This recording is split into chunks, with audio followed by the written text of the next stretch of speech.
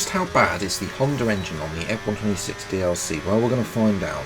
I brought the Aston Martin here to Monza as well to bring the template speed to see the top speed. Now notice there 204 miles an hour before braking into turn 1. Now we're going to go on board what technically has been ruled as the fastest engine. That's technically Red Bull, 206 mile an hour there.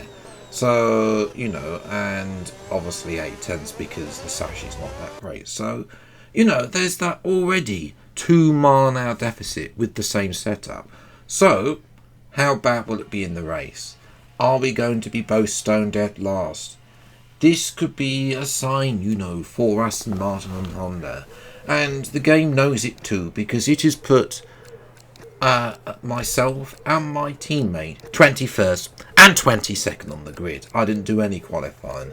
I'll be driving as Lance Stroll, so, you know, the game has decided that Stroll should out-qualify Alonso for the second time since 2024. You know, for Lance, he's on poor form anyway. Race strategy there is good. I thought about going starting on mediums. There is a smattering of mediums further up, so I thought we might as well just start on the hard. You know, I mean, we're going to be depressed anyway by doing this. 5 red lights then for the Italian Grand Prix. Oh goodness grief, I've not moved away. Let's try that again, shall we? This time, hopefully, I can actually move away. I don't really know what happened. It went into gear and then just went into neutral again. So, very bizarre there. But anyway, 5 lights are finally out and away we go. The Italian Grand Prix, and it's, well, yeah, I mean, we're still 21st and 22nd, ladies and gentlemen. As well, I'm going to start down on the inside. Can I get down the inside? One of the Audis in there. Car that's not quite got the right paint finish in this game, but as well, around the outside there, lovely stuff. Can I get one of the racing balls at Lawson? Not just at the moment. I've got it's that Bottas as well in the type of Lada. That's the Cadillac as well.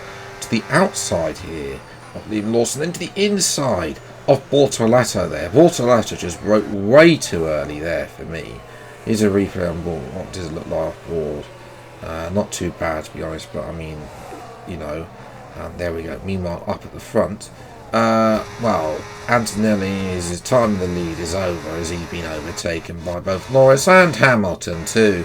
So that's not great for him. What on earth is Colapinto doing? He's doing about 4 mile an hour down the main straight. Hopefully we're not going to see something like that, as well as there's a lock-up for Perez and all Sainz there. I don't quite know which one it is because of the particles, but that was a nice little overtake then on Sergio Perez and the other tub of lard were able to get past as well. Looks like Alonso's making some moves, but you can see here, you know, even in this tub of lard, Perez is able to sweep past, you know, from Parabolica downwards.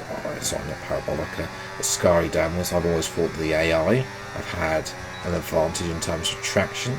Now, obviously, this is a new era of regulation, so it's interesting to see where those differences are between now and the old regulations. But one thing to note here is I'm struggling to overtake Sergio Perez, even the fact that I've got overtake, and I'm having to do it into the braking at turn 1 because, of course, the Aston Martin Sashi is better than the Cadillac in my opinion. Up the road, I've got Carlos Sainz, who's on the bit of a move too. That is also Pierre Gasly getting past. So battery is playing a part here, and you know, I do wonder if there's going to be some upgrade to the battery to bring it more in line with the Miami stuff as well, because this feels pre-Miami at the moment with the amount of overtake that's going on. You can see here Leclerc and Hamilton going side by side through Curva Grande.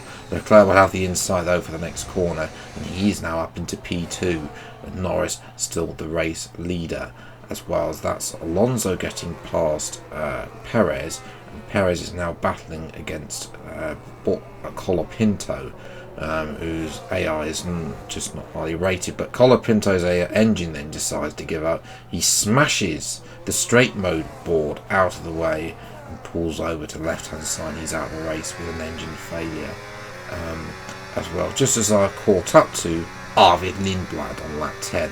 So, you know, not too much has happened. Alonso's kept outside of the overtake 1 second zone. Perez has just been dropping back in his tub of lard. And to the outside here, which seems to be my favourite move, gives me the inside of the next corner and ahead of Arvid Lindblad. I'm not entirely sure what's happened to Arvid. This is going to be a crucial pit stop though, because Arvid is coming in with me. So the man I raced in the last video is now obviously racing in this video. It'll be hopefully Gary, fingers crossed, not going to get any hold ups here. No, 2.5 second stop, which is about average for the F1 game.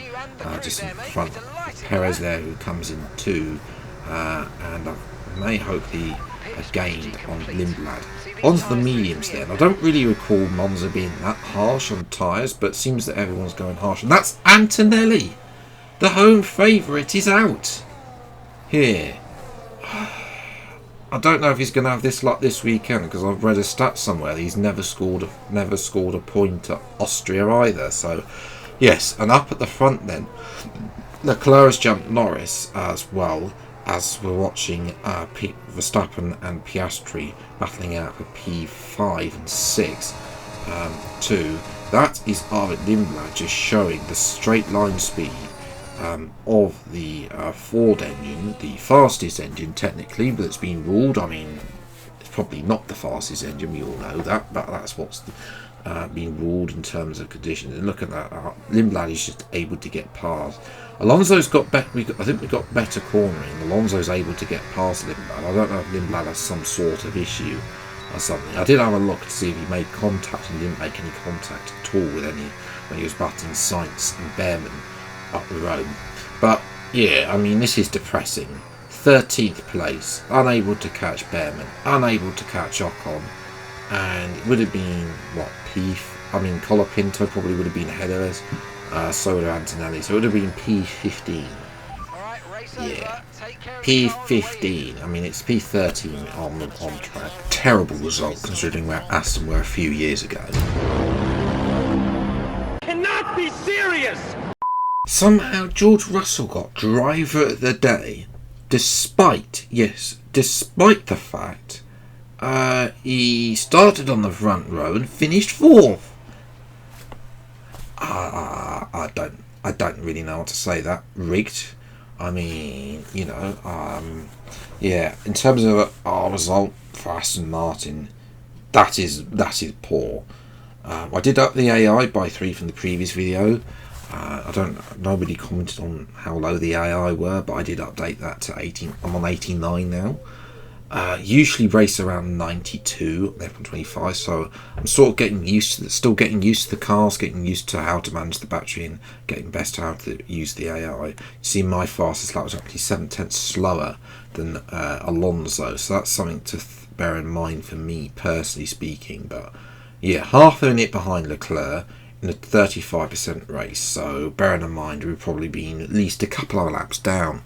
But 13th and 14th isn't too bad. I think Aston Martin, in their current position, without any more upgrades, to come, between now and Monza, they'd probably take 13th and 14th at Monza, which is probably a track where they're not going to get on.